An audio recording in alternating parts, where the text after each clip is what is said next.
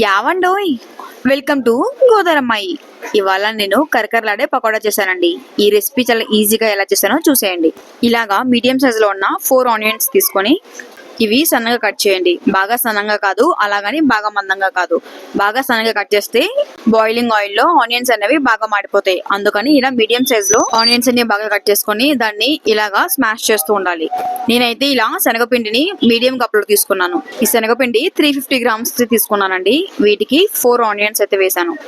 శనగపిండిలో ఎలాంటి గడ్డలు లేకుండా దాన్ని బాగా కలుపుతూ ఉండాలి. పకోడీ చేసేటప్పుడు కొంచెం కూడా వాటర్ అనేది యాడ్ చేయకుండా ఆనియన్స్ లోంచి వచ్చే వాటర్ తోనే కలపాలి. 1 టేబుల్ స్పూన్ అల్లం వెల్లుల్లి పేస్ట్ అయితే వేసుకున్నానండి.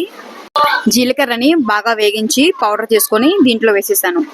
పకోడీలోకి జీలకర్ర వేస్తే చాలా బాగుంటుంది టేస్ట్. 2 పచ్చిమిర్చి కూడా కట్ చేసి వేసేసాను. స్టార్టింగ్ లో 4 ఆనియన్స్ అయితే తీసుకున్నాము కదండి, దానికి ఇలాగా 2 పచ్చిమిర్చిలు అయితే తీసుకోవాలి. 1 టేబుల్ స్పూన్ ధనియా పౌడర్ కూడా వేసుకున్నాను. ధనియా పౌడర్ అనేది టేస్ట్ బాగుండడానికి, అలానే కొంచెం స్పైసీ కూడా ఉంటుంది. ఇవన్నీ యాడ్ చేసేసుకొని లాస్ట్ లో టేస్ట్ కి సరిపడా సాల్ట్ కూడా వేసుకోవాలండి. ఇదైతే ఆప్షనల్ అండి. నేను ధనియా పౌడర్ అయితే వేసుకున్నాను. ఇవన్నీ వేయకపోయినా కూడా పకోడీ చాలా బాగుంటుంది. ఇవన్నీ వేస్తే మాత్రం కొంచెం స్పైసీగా చాలా టేస్టీగా అనిపిస్తుంది. అలానే లాస్ట్ లో నేను కొంచెం సాల్ట్ కూడా వేసేసాను. ఇలా కలిపేటప్పుడు కొంచెం కూడా వాటర్ డ్రాప్ అనేది తగలకూడదు. ఆనియన్స్ ఉన్న వాటర్ తోనే మొత్తం అంతా కలిసేలా చూసుకోవాలి. ఈ టైంలో వాటర్ కనుక వేస్తే పకోడీ అనేది అస్సలు రాదు, ఆయిల్లో వేదిగానే విడిపోతుంది. అందుకని వాటర్ స్కిప్ చేసి బాగా కలుపుతూనే ఉండాలి. ఎంత బాగా కలిపితే పకోడీ ఎంత బాగా వస్తుంది. ఇలా బాగా అంతా కలిపేసుకున్నాక పక్కనే ఒక కడాయి తీసుకోవాలి. దీంట్లో ఆయిల్ అనేది వేసుకోవాలి. ఆయిల్ బాగా హీట్ అవ్వడానికి 5 లేదా 6 నిమిషాల వరకు టైం పడుతుందండి.